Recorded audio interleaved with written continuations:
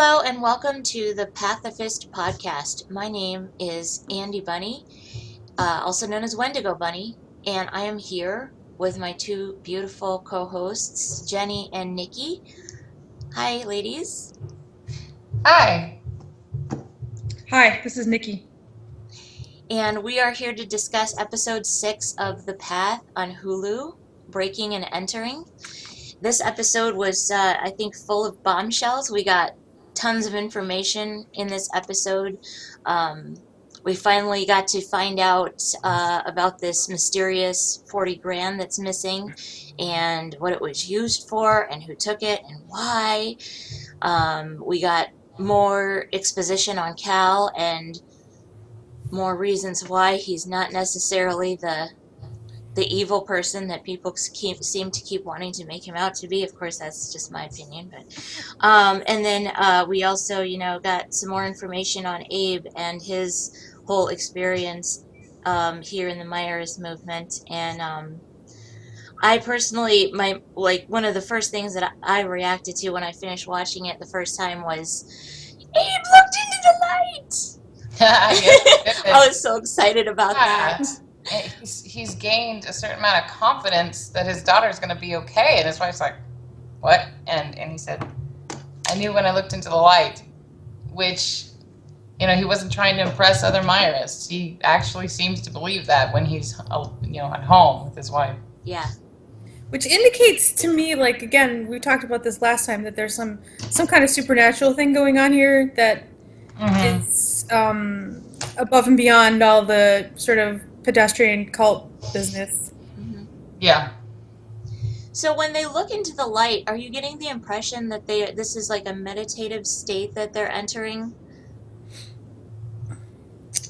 Because that's kind of how it feels to me, which is like a common thread in a lot of religions, like in Christianity, which might be the easiest one for most people to maybe think about, in prayer, and or even like in yoga or whatever, when you're meditating, doing deep breathing or whatever. So it's like clarity kind of thing? Yeah. Like looking into yourself or whatever, and looking. I'm just trying to imagine what they're doing when they're looking into the light. It does seem to be like prayer. Yeah. Do you think they're doing it when they're using the M meter? No, I think that's more like they're trying to maybe get to a state where they can do that, if that makes sense. Yeah, I agree. Yeah, like kind of settling things or trying to get rid of distractions or something like sort that. Sort of a physical therapy. Yeah. Like a biofeedback machine. Yeah. Yes. To relax. Yes. Yeah, it kind of tickles. It's shock. kind of. I guess she says Sarah says it's good for the immune system. Yeah. I think that was just kind of something to try to calm Meg down a little bit about it. Just kinda, right. Yeah. Yeah, but I was kind of excited. I was like, Abe, yes, because he's just telling his wife this, and I'm just like, and I think it's to Eddie's credit that that's happening, because he's, like we were talking about before, just kind of downplayed it so much that it's made Abe curious. Yeah. So. And he seems so sincere. He's not just, I gotta recruit this guy. He's right. Just like, look, we have faith, but it's not a cure-all. Mm-hmm. It made me think of Poltergeist, but I'm sure that's completely unrelated to what they're trying to achieve. Looking into the light, Yeah. That's funny. That's great. Yeah. That's awesome. Let's see. So,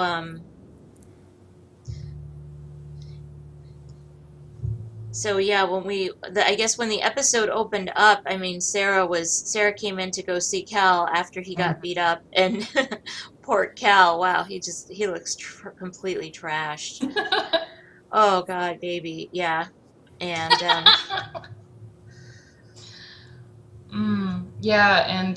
he tells her, "You got me to do the right thing," and that is an ongoing motif throughout the entire episode. Is Cal telling people that they've influenced him to be better, and in his actions, actually listening to people again and again. He listens to Sarah about the medicine, and he like stands up for her and realizes that she was right. Mm-hmm. And later, Sarah tells him, screw the 40,000, and that causes him to have a moment. And then later, Eddie comes and tells him that he wasn't okay with it, and he says, "Yeah, I made a mistake. Yeah. And then Eddie tells him about the Sacred Heart.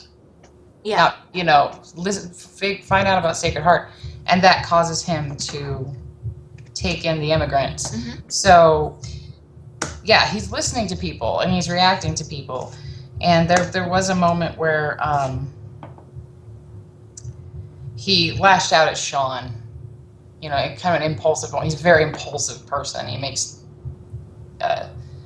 terrible decisions and sometimes cruel decisions in the heat of the moment. But again, he does show that he's capable of regret and remorse, because after that he actually prays. You see him praying to the light, and that's when he makes a decision. He wants to rescue these immigrants, and he wants to basically recognize that he was at fault when he had that vengeful feeling towards Sean. Yeah. Yet Sean is still going away. Is he? I don't know. Well, I guess we'll find out. Yeah, it seemed like it was. And when the Lane's brother-in-law came to see him, is when he started also talking about Allison, and maybe we've been approaching this wrong with her. She's got to be in a lot of pain, and he's just kind of talking aloud to himself when he's saying that, and it really struck me as, again, such coming from a sincere place for him. I think. Yeah. That he really is trying to do the right thing. I think. Yeah. I think his problem is that he has control issues. He's an angry person. He lashes out at people. He's sometimes violent, and he just kind of bursts. Has these moments where he just acts impulsively, and it's often really terrible. But I don't think that he lacks self-awareness, for one thing. Eddie telling him, "I don't like that you did that. I don't like that you went into the room," and he says, "I've just become a leader, and I'm going to make mistakes." So he's acknowledging that was a mistake, and he doesn't want to do that sort of thing anymore.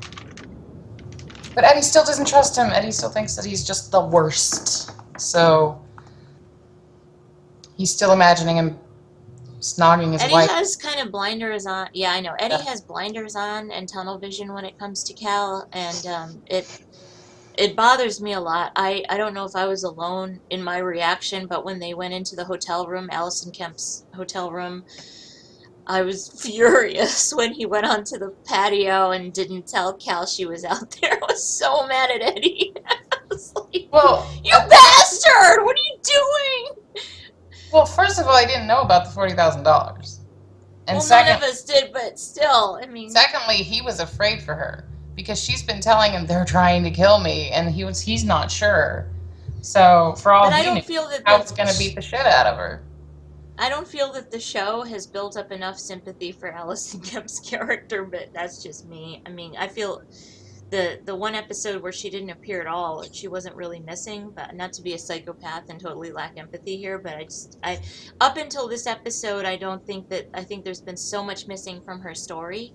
Now, of course, that we know what was that there was $40,000 and what it was for, I think there's, I think that it's really answered so many questions that have been missing, and we're in episode 6 now, so, now we know a lot more about her story, and yes, but at that moment, we didn't have those answers, so I was mad at Eddie. I was like, but... You think that Cal's going to find out that Eddie knew she was there at that particular moment? Or do you think that that's something that's going to be that won't come out. Like, I think there's going to be, obviously, it seems like in the next episode, there's going to be something involving Cal finding out that Eddie has been talking to her, perhaps. But directly, like, I just imagine that Cal would have one of those reaction moments if he found out that she was there all along. Well, I know some spoilers and I don't want to say. How do you know spoilers? Because I'm obsessed and I found them out and I don't know if I can't say because I don't want to ruin it for people, but I kind of know some things that I shouldn't know. Well, what we do find out is $40,000 is actually in her husband's account. And that's the money that Abe believes was used for drug trafficking. And he's still kind of on that when he finds out that it was actually used for cancer treatment. Yes, pancreatic cancer treatments for Dr. Myers. Right. He doesn't know that. I'm talking about what he knows. He thinks that... Well, he finds it out at the end, but yeah. I also find it really interesting that they're not anti-science. Like, they believe in the healing light, but they also, like, you know, it doesn't seem like they're anti-vaccination types. Like, they're letting Stephen Meyer... They're facilitating his cancer treatment with probably, you know, chemotherapy or something like that. Well, so they're sort of doing both.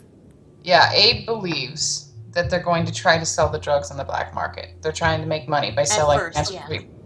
When does he find out? When he talks to the doctor, to Jason Kemp's colleague. Yeah, and that's when he comes to the conclusion that they're probably trying to sell at the black market. They don't know. No. He says, how much do you think someone's life is worth? He doesn't know Steve has cancer. How would he know that?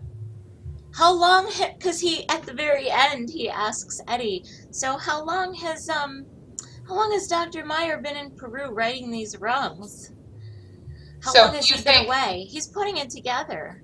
You think that that's him realizing that Dr. Meyer has cancer? Yeah, I think I thought that at the same time as well. Okay, I was thinking that he was trying to figure out, like, trying to get Eddie to think that there was something wrong. Well, I mean maybe I'm wrong, but I thought it was that he was starting to put it together. I could be wrong. I agree too, because he sort of had this look of realization. Like, he did have a huge look of realization. I think that, man, if he thinks that they're running drugs, I totally missed that message completely because I did not get that at all. Well, why would he talk about the black market? Because maybe they're trying to get a black market cure for Stephen Meyer's cancer. That's what I also saw. Yeah, they got it legally from that doctor. They were trying to figure out. Well, I mean, unless they don't. Okay. They've been trying every cure possible to help him, and they aren't working. Yeah. So now they're trying to get a black market cure for him. Okay. So when Abe was talking with the doctor, he says that they were asking about, was it like experimental treatment? Yes. So maybe they're looking into something that's not available yet because it hasn't been properly tested. Correct. That's what I thought. Yeah, especially like something like that would probably be a lot more possible to obtain outside the country because they do drug trials in other places before the United States first. So he might not have been suspecting that they were selling the drug, but that they were trying to buy the drug. Correct. That's what I thought. I got it. Nikki, is that what your impression was too? Yeah, definitely, yeah. Because I mean, why else would he be in Peru, really? Well, that's why I started running around the room, jumping and screaming when I heard that, because I was just like, "It's first Dr. Meyer! You people all think that Cal is trying to do something horrible, and he's not." Okay, who is trying to get the medication? Is it Cal or is it Cal? That's why he was so desperate to try to find the 40,000. Huh? Yeah, so like the husband was supposed to be taking care of that, but then something happened with him, we don't know, and then so Allison takes the money. Okay. Yeah. Bill and Felicia, do they know about the cancer treatment? Yeah, I would think so. Because they've seen him with the various tubes and wires. All they want to do is pray. Right. I am not sure if they knew about that. That I'm not sure of. Maybe Cal is secretly trying to get cancer medication, A different and kind. Yeah, maybe. and Bill and Felicia are just like, there's gonna be a miracle, Mhm. or it might be the other way around. And Andy's gonna yell at me. It might be that Bill and Felicia want to treat his cancer, and Cal doesn't. No, I don't think that's true. I I think the tend not to first think option is that's, correct. Yeah. I tend not to think that's true as well, but because I don't know what's going to happen, I don't want to look like an idiot. So I like to be like, there could be something else going Well, on. it's sort of like I talked about last time, where the miracles are always engineered. So what if the cancer treatment, works? Then what? Yeah, Knowing how much Cal loves Steve he does really seem to love Steve. and how much he means to him, it's hard for me to imagine that Cal would want Steve dead. Yeah, no. Not at Yeah, all. I tend not to think so as well. But whenever I'm watching a character who's like, oh, they're a little bit dark, they're a little bit light, I always think it could go either way. You know what I mean? Yeah, But at consciously, this I don't think point, he I thinks. would. Yeah, I know. But At maybe this point, unconsciously. Uh, I, seems to be. I will say that I believe there is obviously definitely darkness in Cal that we have not seen yet that will be revealed. But Yeah. I saw the Cool. teaser trailer for next week. I know that he did a bad thing. he does do a bad thing. Yeah, yeah, I saw that as well. Uh, yeah. But again, it's something that I believe he is going to deeply, deeply, deeply regret. Yes, And I'm not no spoilers, but from the photographs, it sure looks like he just freaked out, as he does. yes, He freaked out and then afterward thought, "What have I done?" Yeah. But right. then again, they like to mislead us in these things as well. Yes, yeah, that's true. That's true. I have spoilers and I'm not going to say, but yeah. Do it. What? Don't give the No, spoiler. I'm not going to, but yeah, like he is wants to do something bad, immediately regret it. Regret everything. Yes, So, because he is emotionally stunted. sweet I baby. think. That is really harsh, Jenny. God. It's it's true not. though. It's true. His mother did that to him, In right? fact, I think it's generous. Yeah, Because really. I'm not saying, oh, he's a bad person. I'm saying that he is stuck in kind of this inability to cope with his intense emotions, and he doesn't know how to work with them, so he just freaks out and starts like. Yeah, he can't get drunk anymore to repress his emotions. So yeah, exactly. That's right. That's right. Yeah, because that's obviously what he was doing in the past to cope. So he doesn't have that coping mechanism anymore. Mm-hmm. I think, yeah, but given the set of circumstances and the amount of stress that he's under and his inability to, like we've talked about in the past, unburden or find healthy ways to channel his energy, he's really doing the best he can under the circumstances, And one of the common threads that we saw happen throughout this episode is this poor man is just trying to have tea with somebody. I'm just putting funny. some tea on. Would you like to have some with No, them? no, I'm just for like, your well, tea. I have to go. will somebody please Wait. have tea with Cal? I'll have tea with you, baby. He's like, I'm sorry, I can't stop and have tea with you. I have people who love me. Yeah, exactly. Faithfully. Just leave you here in your dark room by yourself, you sad man. Actually, weirdly enough, I went and reorganized all my tea and put everything in jars and put it all out on the counter instead of having it all in the cabinet so I can easily access it. I wonder if that was some kind of subconscious Cal sympathy that here's all my tea. Yeah. It's all out now. It's all nice. So when he comes over. Yeah, exactly. Just trying so hard. I just want a to little be friend. a human and to engage with other people, and it's just not working. The poor thing. I know, it hurts my heart. It's just like he just wants to talk to people and connect and stuff anyway. But yeah, it was just so Cal, yeah. Um, If we could not navigate away from Abe, I know we've been talking about him, but I want to say one more thing about Abe.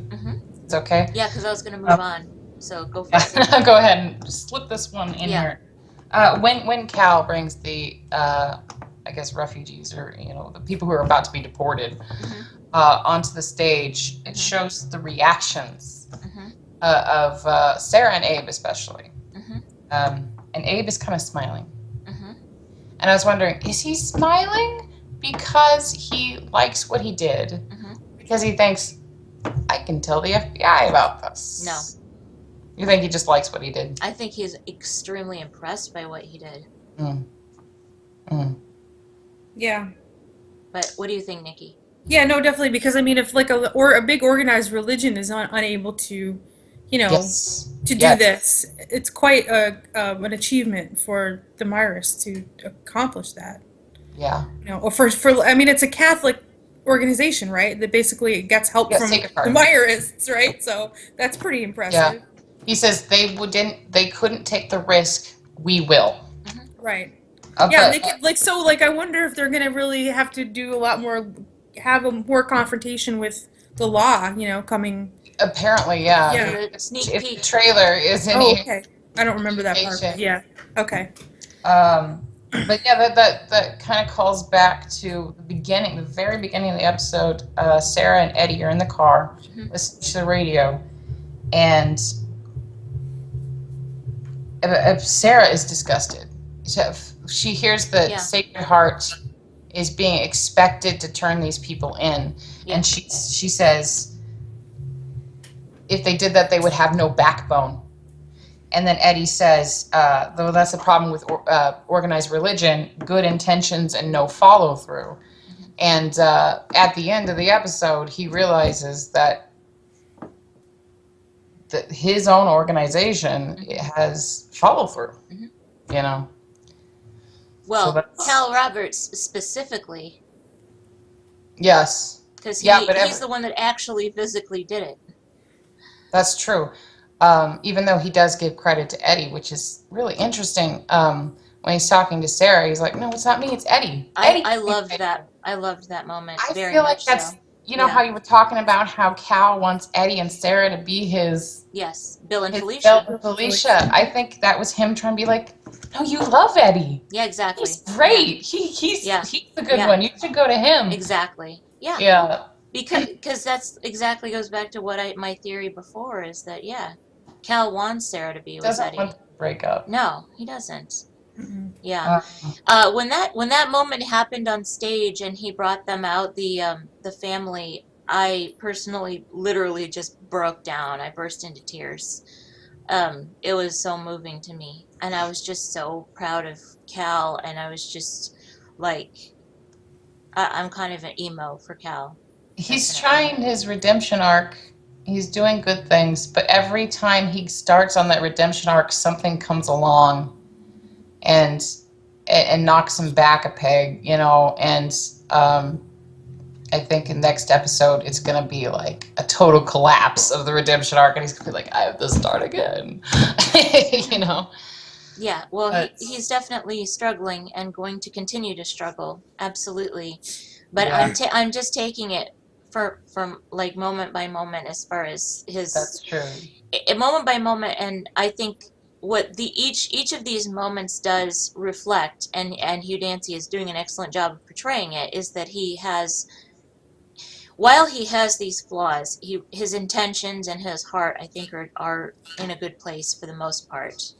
And it's a very human portrayal, because we, as humans, are obviously flawed and have things that we struggle with and that are not, things that we have problems with. But, also, I think I try to believe that everybody has good in them.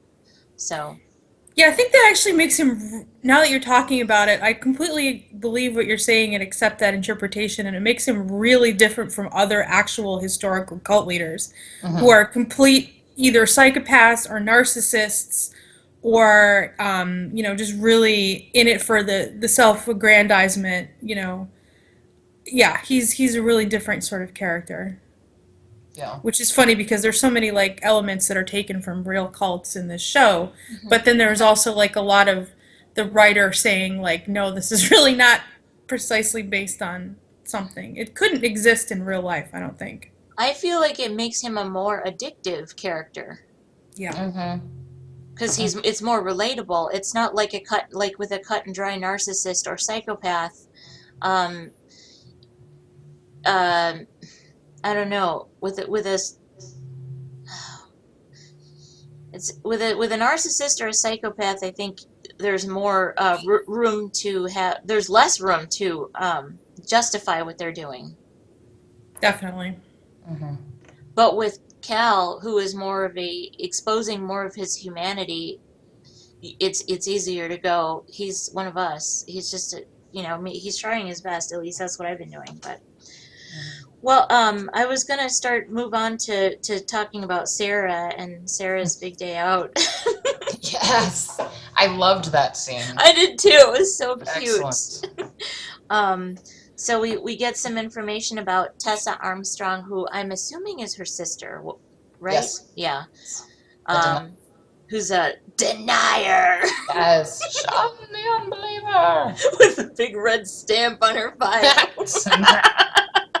I want one of those stamps. Like they have the best like stamps in the show. I know. I want one with I and one that says denier, so I can go up to people and stamp it on the Denier. I'll put that on student papers when they screw up. Denier. Nice. No. No, I loved that scene. It was so cute, and like I think that she started out she kind of started out going in there just like a little kid exploring around that beautiful brownstone. yeah. Oh my God, her house is gorgeous. And it was like the music was great. It was like this underlay of almost a music box, but had this kind of oppressive heartbeat sound, like A lot of the music is like that in the show. It's really yeah. So you kind of get there's a little bit of a magical effect of it, but you could also feel like insidious or repetitive. Yeah. So she's basically living out her sister's life. She goes through her fridge. She puts on her lipstick. She uses her toilet. She just basically, her life is my life. And then that kind of reverie is broken when she looks into the medicine cabinet and finds out that she's obviously suffering from depression and anxiety. And that's when she becomes far more insistent that Hawk stay away from this girl because she can't lose him to that. What were your reflections on the scene, Nikki? Do you think that's a little bit creepy though too in a way? Oh yes.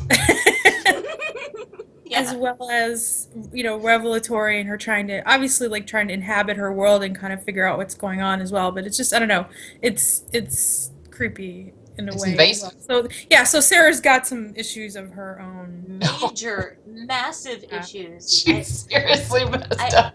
I think honestly, She's not messed up as Cal, but she's. Oh, I was actually going to say Similar. the opposite. I was going to say Sarah is 1,000 times more messed up than Cal. Really? Way more, yeah. Oh. Yeah. So many, in my opinion, yeah. Well, she has outbursts as well, and she has anger problems too. So it's sort of almost every scene, she's like got the look on her face of just I mean, she can't walk in a room and talk to Eddie without It's like, geez, Sarah, just take a breath, take it down a few notches. Okay, just relax. Yeah, I mean, she walks into the kitchen and she's like, "We have to talk about Hawk. You have to help me with Hawk. You have to blah blah blah." It's like, would you just fucking take a pampering? I'm sorry. I'm just like, Sarah needs to calm down. Sorry. She could use a Klonopin, to be completely honest with you. I know, she could probably use a lot of the things that are in there. She's so self-righteous about, like how her movement is so much better than the other life, and she pretty much berates this poor woman who lost her husband. It's like, oh my God! At the I'm not table, that's religious. why you're alone. That's I why was you're like, alone. I think she said, I don't think that she would have said that if Hawk wasn't in the room. I think that she was trying to be like, Hawk, that's bad. You don't want that life, you know, but it was really that insensitive conversation at and the dinner table cruel. made me so uncomfortable. I was just like, wow. Yeah. That's why you're alone, Sarah. Really. So awful. But on the other hand, when she goes to what's Joy's mother's name? Joy's mother's name is. Got it. Is it like Nicole or something like that? I had it written down somewhere here and I can't remember. But she gets her a job. You mean when she's like, I can get you a job as her secretary? She's actually really nice to her. Yeah. She was nice to her at the table. Yeah. And she was very kind to try to get her a job, and Nicole, I think her name is Nicole. Yeah. Yeah, they're reaching out to her and helping her, and I think that's impressing her. So I think if Sarah would just. That's also a classic cult technique as well. Of course. Right, where it's not necessarily genuine that she's doing all these good things to her. So. I think it's called, yeah. But at the same time, I think the writing of the show is trying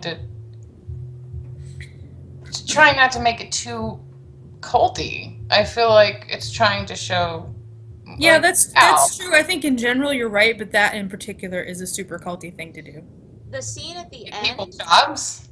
Yes, to like helping people, like being really super nice to them, like for no reason, kind of like straight off the bat. Yeah, that's definitely, it's called love bombing. It is, so. Oh, that's a narc technique too. Mm-hmm. Joy's mom is love bombing Mrs. Fields. That's a big narcissistic technique to get people is love bombing. Mm-hmm. I think specifically, I'm going to agree with you, Nikki, on that scene specifically because that scene, I think, was framed to look more culty than anything else in the show so far. Because they had the brother-in-law up on the table doing his little, when Dr. Meyer went to Macapiju, blah, blah, blah. And then we see poor precious baby Mary leaning up against the tree with her little sad face, and then we have Eddie looking around like, what the fuck am I doing here? I have to get out of this fucking place. Around him. Yeah, exactly. And everything just gets really pinched and really closed in, and it starts looking like a swirling carnival of mayhem and torture, and like it's all lies. It's all lies. And I'm just thinking, I want some of that pie. And the cookies. And the bread. The bread made of tables. I mean, like the table bread. Carboganza, you know, it's like. Yeah, if you're like a vegan, this would be like the cult for you to be in, you know?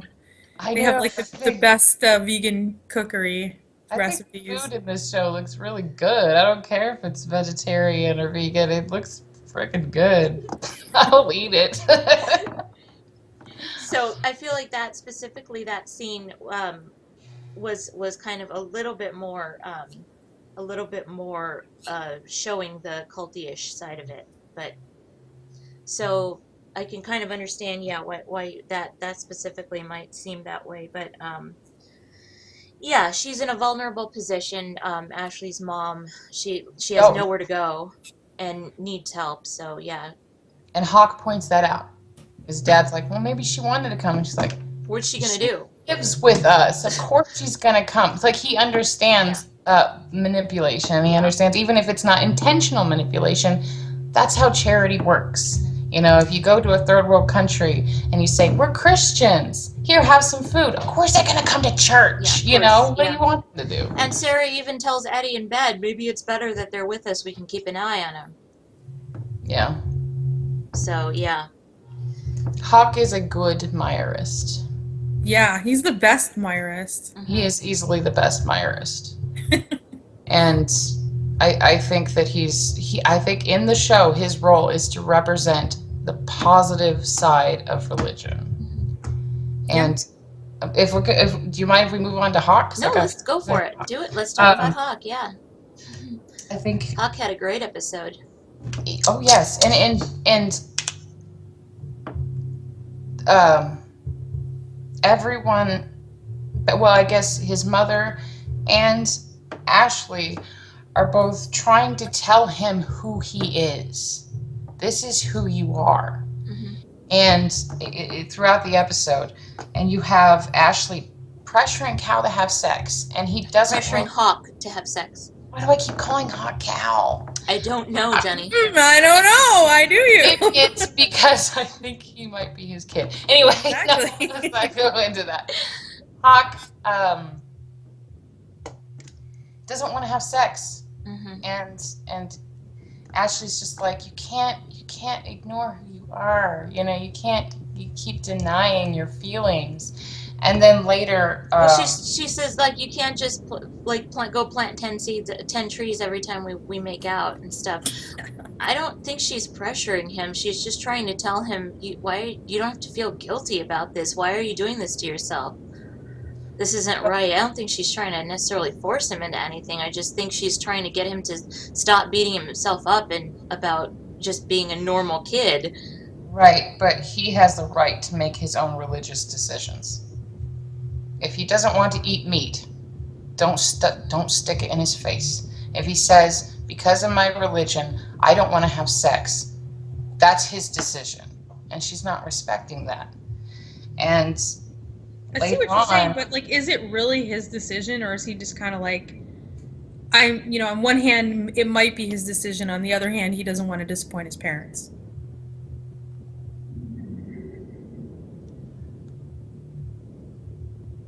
It's hard to say, but it is. Yeah. It is hard to say with anyone who is religious. That's true. Anyone who says, I'm waiting till marriage. Is that really what they want, or are they just trying to be a good Christian, what have you?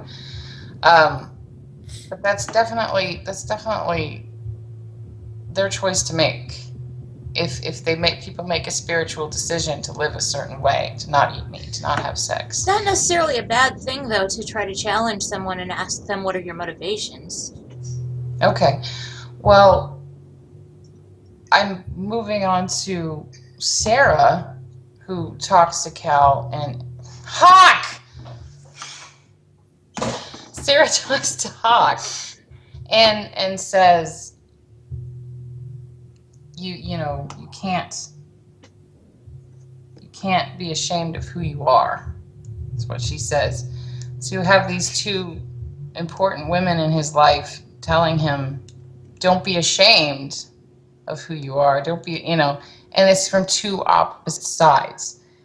Ashley's saying, don't be ashamed of your They're both parts of who he is, I think. Right. Don't be ashamed of your sexual feelings, and Sarah is saying, don't be ashamed of your spiritual feelings. And I feel like it's really pulling him apart. Angel and devil is on his shoulder. Yeah, but who's the angel and who's the devil? It's indicative of the conflict that a lot of teenagers who are raised, I think, in religious environments like that go through. It's pretty common. Mm-hmm. Do you think that, Jenny? Do you think that's right? That's what it seems like.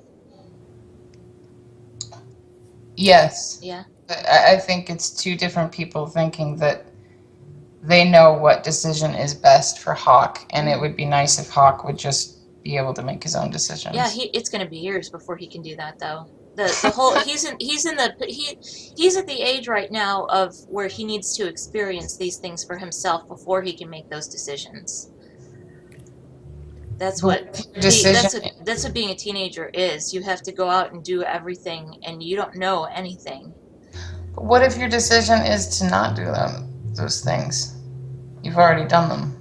Like if your decision is to maintain your virginity until marriage, you can't just go around having sex and then later decide to maintain your virginity until marriage. It's too late. Well, that's why it's kind of a bullshit concept, isn't it? Because then if you it doesn't allow you to like retract or change your mind. It's like it's irrevocable, and People do, though. I mean, people will, like, kind of try and reconcile that and be like, well, yes, I did this, but now I'm going to wait and, Uh-huh. yeah, people change their mind after the fact, but. And do you think it's really about virginity to him so much as just, No, I don't really get the impression in his case it's necessarily about virginity, just so I'm much. using an analogy. Yeah. My experiences with Christianity. Do you think that the Meyerist movement really is interested in that concept of virginity? Like, or do you think that, like, would it be okay for Cal to have sex with somebody who was a Meyerist? So I think that the only reason that it's not okay for him to be with her is because she's not in the movement. You know what I'm saying? Oh, now you're saying Cal too. You mean Hawk. I mean Hawk, for God's sake. Yes, I do mean Hawk. I know, I keep doing it too. Yeah, so I don't know if it's so much, like, I don't think that the Meyerists are anti-sex. They're just anti-sex with people who aren't in the movement. And Cal, and I do mean Cal in this particular instance, is celibate because for the same reason he doesn't eat in front of people. Like, I don't think it necessarily has It's to a do control issue. But Joy, yeah, exactly. Joy is the same way. Joy says sexual attraction isn't real. Joy's crazy. Yeah, I don't see anybody else saying that, though. Like, it's... Well, yeah, because they're in families. I feel like, I mean... Yeah, but see, like, people do have families in the movement, though. So it's obviously, it's okay within the religion, I guess. Well, I think it might be that it's okay within marriage. I mean, it's hard to say. Yeah, I don't know. I don't know either way. That's what I'm not sure about because they haven't made that explicit yet. Yeah. It does kind of seem that they view sex as sort of to have a family kind of thing. So it could be an unequally yoked type of concept, as that's a term they use in Christianity. Yeah. Which is referring to not having sex or being married to, rather a non-Christian, non-believer. Or at the time of Hebrew. Mm-hmm. But, yeah, I mean, obviously Joy thinks that sexual attraction isn't real. Familial love is real, and she's trying to be celibate. And Cal's trying to be celibate. Yeah, well, I think Joy, isn't she trying to be celibate for the same reason? Because she said she wants to climb the ladder and she just doesn't want to deal with that whole thing? She doesn't want to have a family? She also could be, like, maybe she is simply asexual too, and so that's, I don't know. Yeah, I just remember her saying, like, I don't want to deal with that because I want to climb the ladder. Like, I don't want any distractions, essentially. Well, if that was the case, then why would she tell Hawk that sex? She said I have sexual feelings too. Oh, okay. But they're not real. And Cal, I don't feel like anything that comes out of Joy's mouth should be representative of anything. I don't know. Oh, I think she's being taught these things. And Hawk himself keeps saying, how do I know if this is real? How do I know if what I'm feeling is real? So obviously the concept that sexual attraction may not be real is something that is generally believed. I mean, he keeps up bringing the issue of, is this real? Are my feelings for you real? Is this sexual attraction real? So I think that might be something Dr. Meyer teaches, that sexual attraction isn't real. Well, that's a good way to not ever have any new cult members if sexual attraction isn't real. They'll be like the Shakers who all died out because they didn't have sex. I know, right? Except the difference being that these folks are good to have families. You know, they have romantic love and familial love so that they can procreate, which really is like Christianity. And Christianity's been around for a long time. It'll probably be around for a much longer time because they're allowed to procreate. Speaking of Christianity, because we love talking about Christianity, they have a prayer, G and I, which Andi, you believe? Yes, I believe. I have been told by a very reliable source stands for gratitude and introspection. Yeah, And I like that because she starts out saying, I have gratitude, the daughter, Yes. Hawk's sister. I have gratitude for da, da, da, da, da. And it reminded me so much of my own childhood because when I was growing up, fundamentalist Protestant, we had a prayer. It was called ACTS. ACTS. ACTS. Adoration, confession, thanksgiving, and supplication. And that was how you were supposed to do your prayer. You start with adoring God, praising, then you confess your sins, then you say thank you, and that's when you get to ask for requests, supplication. And that we were taught that. So I thought, wow, they have a similar concept of a special way to say a prayer.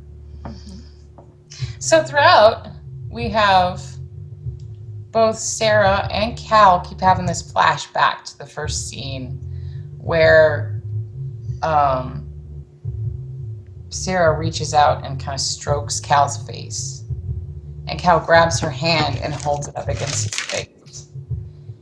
And later when she's praying in the chapel, she's flashing back to that. She's thinking about touching into his eyes.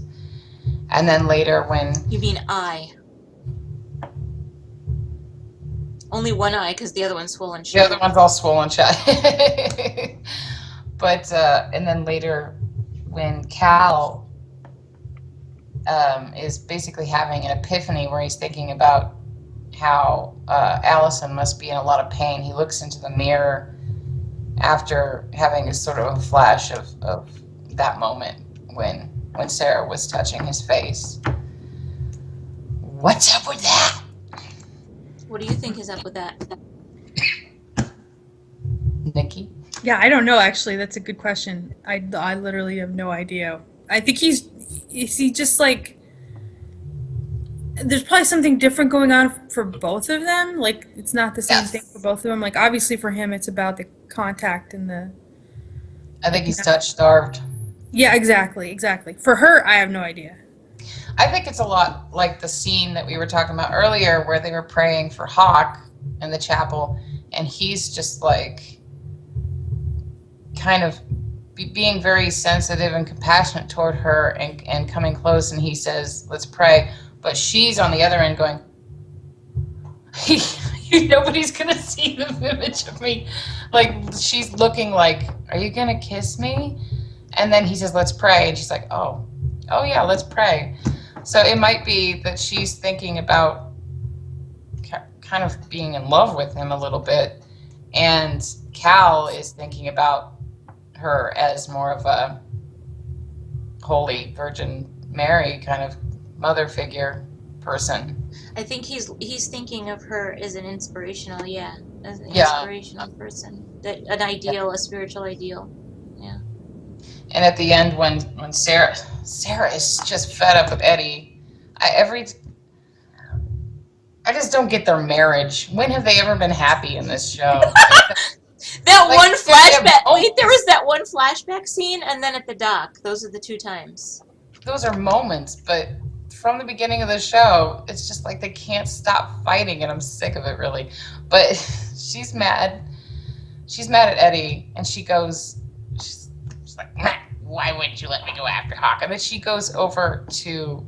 But she's always mad at Cal, too. I mean, the scene in the hospital might be one of the few scenes she's not mad at him.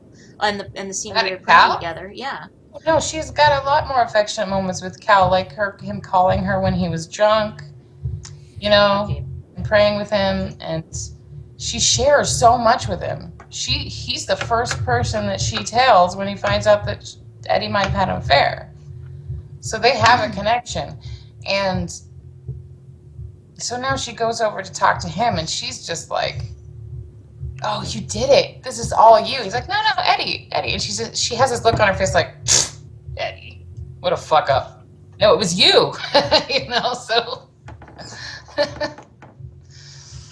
I don't think she has very strong feelings for her husband anymore. That's pretty sad. I don't think Cal would want that. Who knows? It's clear he doesn't. I think it's pretty obvious he doesn't. I think he's trying to keep them together. Yeah.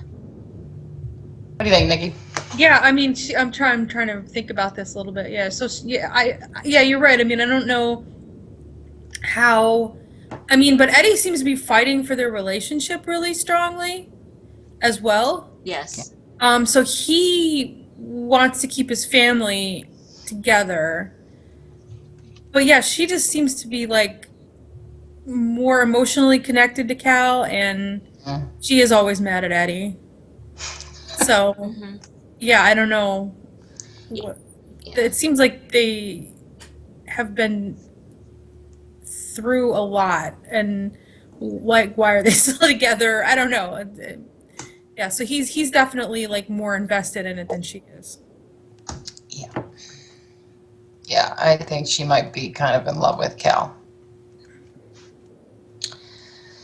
Yeah, So, Eddie is definitely trying hard. I think in his defense, he's doing I think his best to try to make it work and get them back to where they need to be. But despite the circumstances, but she's not giving him much to work with.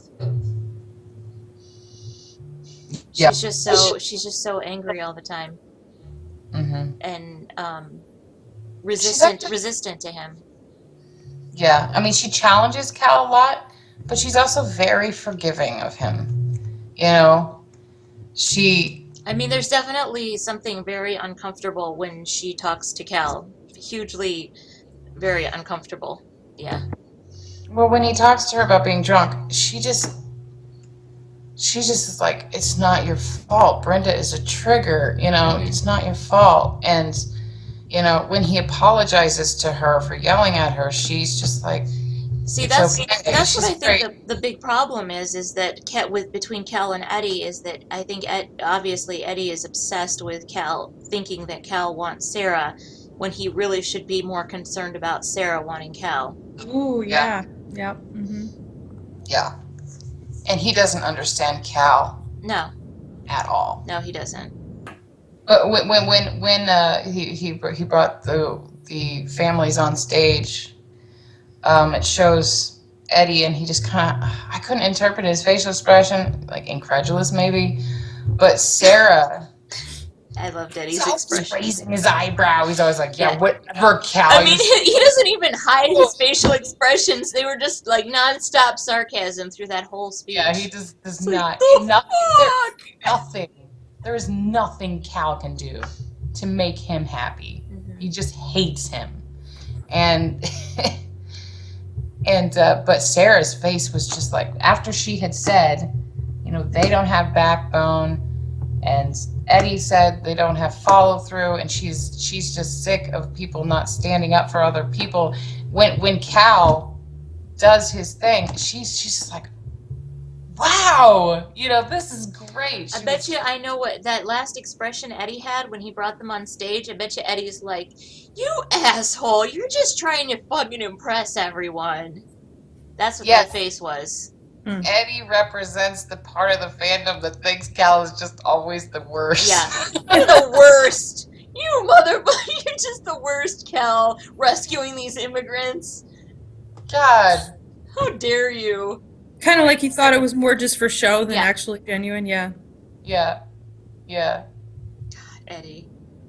All you want is money, Cal. And then when he finds out, if this is the way the plot goes, if he finds out that Cal wanted the money so that he could save Steve Meyer's life, he's gonna be like, yeah. I just want to be there so I can see his face and just be like, Eddie. He's probably still gonna think that he did the wrong thing. Oh, I'm sure he'll find some way of demonizing it. So, question. Jason, which is Allison's husband, Mm-hmm. how do you think he died?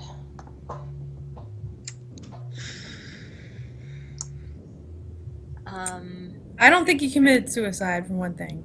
I don't think they'd be belaboring that if he had. Yeah. I'm guessing that the reason he lost his faith is because he found out that he was getting cancer treatment for someone who was supposedly untouchable by disease.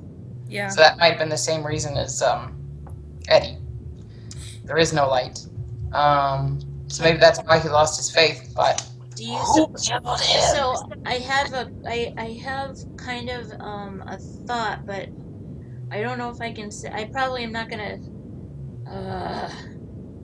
You guys talk amongst yourself for a second while I think about it. Yeah, I have no idea. I mean, obviously that's going to be some huge reveal, Yeah. totally unexpected plot twist. Yeah. Do you think it might have been Cal? No, No, no, no, no. No. But I think no. I might know who killed him and Was why. it Silas? Yes. That makes sense. Why?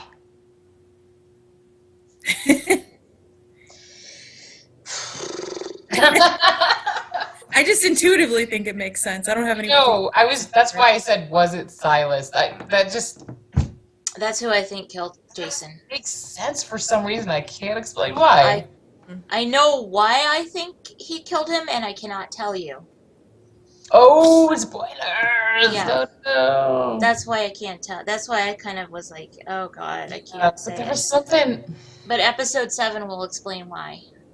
There's something about Silas. There is something about Silas. There is something about Silas, which you will find out. But yeah, there's definitely something about Silas. Well, there we go. We kind of figured it out, sort of. At least. Yeah. Why? You gave it away. By Sort of saying like- there's spoilers, you told me that I I'm was. sorry! Come on! You That was a forced it out spoiler. of me!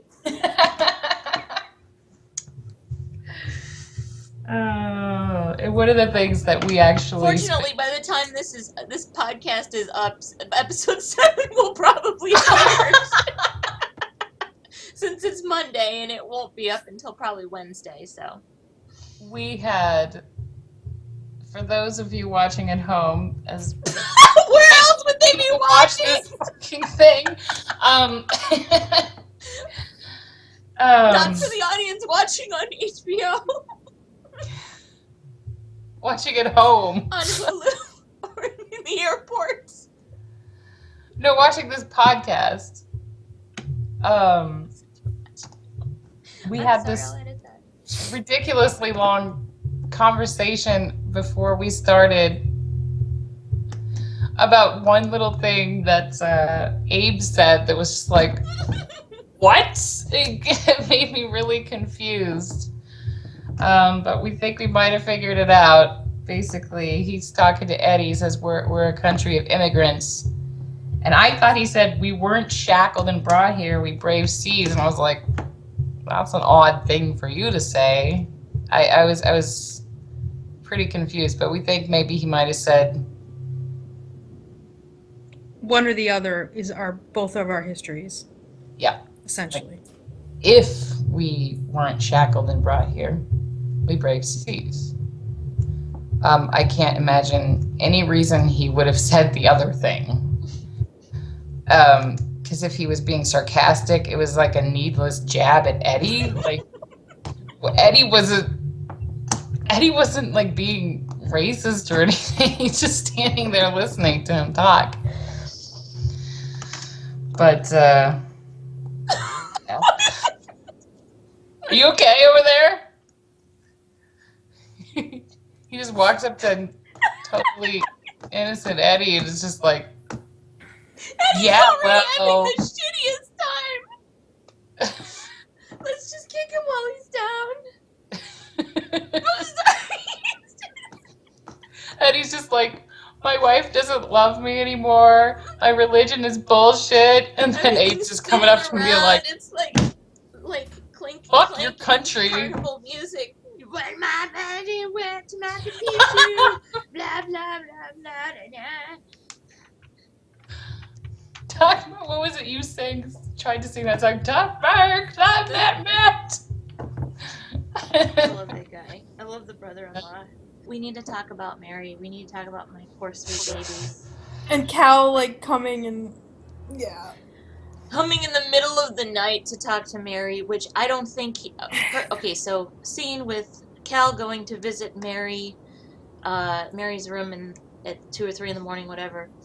First of all, my own theory, I don't think that he was going to visit her for the same reason I think maybe people thought. I don't think it was a sex visit. I actually think because what was happening in the scene before that was he was looking into the mirror as he did throughout the episode and having one of his moments of reflection. And I honestly think that it was one of those moments where he was thinking about making things right with people.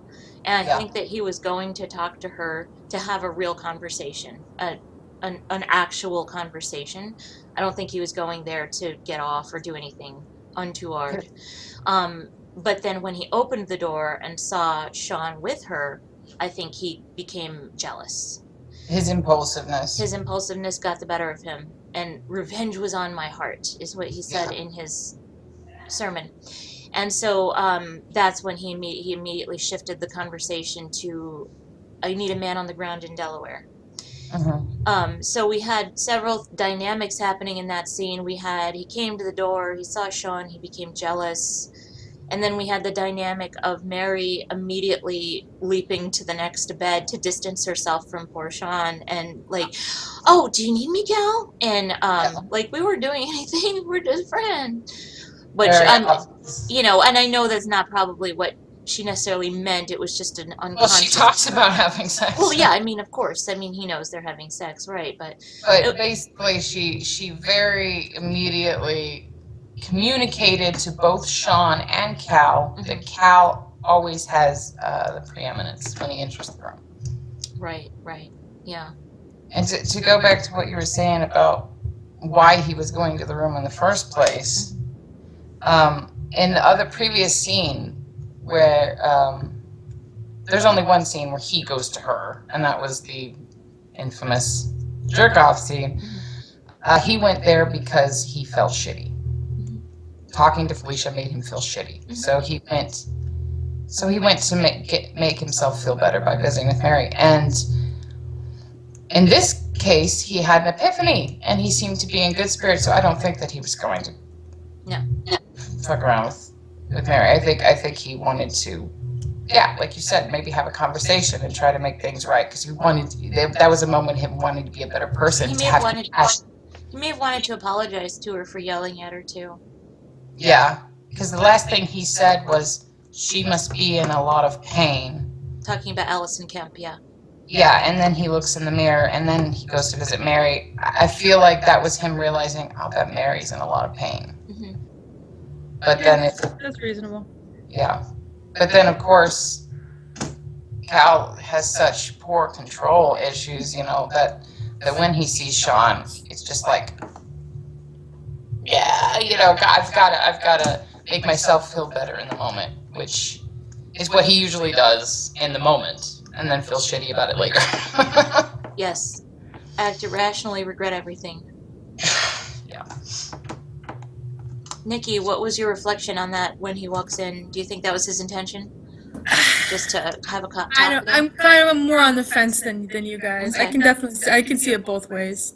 Okay. I think at the time I thought it was more a sex thing, but I can definitely, you know, understand the context of him having that reflection about the other person and then feeling bad. And then just like, where is she even going to end up? Like, because she so like seems torn about everything, and now Sean has to leave supposedly, and she's really, she's all over the place. And then our follow-up scene to that was Sean packing to go and trying to get out of there quickly, and Mary is like, well, why are you leaving already? And like, well, I can come with you, which, I mean, it seems reasonable. I mean, why wouldn't she go with him? It would have been the best thing. It would have been the best thing. They're dating. There's no reason she would have to stay there. And except for, of course, the show and writing and all that, but in the show itself, there's no reason she would have to stay there. And he's just like, you know, and then he's like, no, and then I think he overreacted a bit.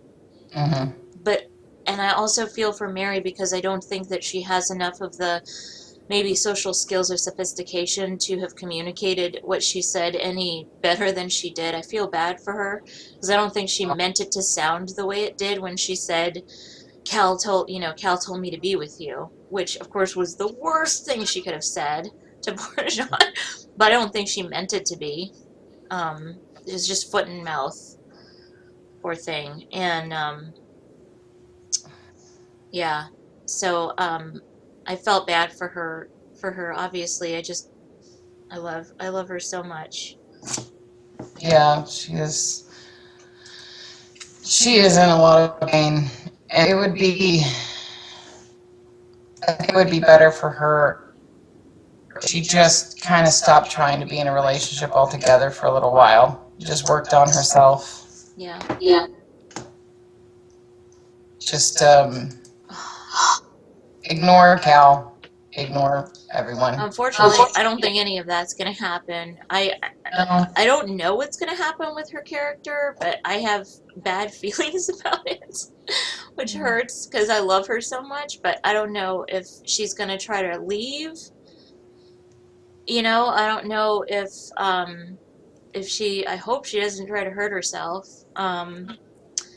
I can see her getting so angry to the point where she really loses her shit at Cal, and maybe at some point, but I think that might take a while before it gets there. But I don't know. But what do you think, Nikki?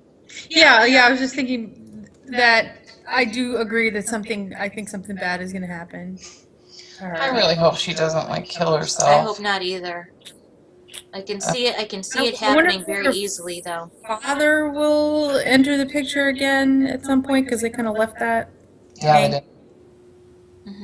She's such a strong character and such an amazing actress that I hope that she stays. I'm just praying that she stays for season 2. I'm hoping nothing happens to her in the season because I love her so much. I'm really, really hoping that she's in season 2. But I think her character has the potential to add a lot to the storyline. But anyway, yeah, I hope she's in season 2 because I love her so much. She's so adorable. I think that might be all that we have. I think that could be it. So shall we wrap it up? Yep. Okay. Sure. Any final thoughts or anything like that? It's going to be crazy this week. Yeah, I'm looking forward to All right. all these questions. More bombshell reveals. Yeah, episode 7 is going to be crazy. Well, thank you so much for joining us, and definitely tune in next week when we review episode 7. We'll see you then. Thank you. Bye. Bye.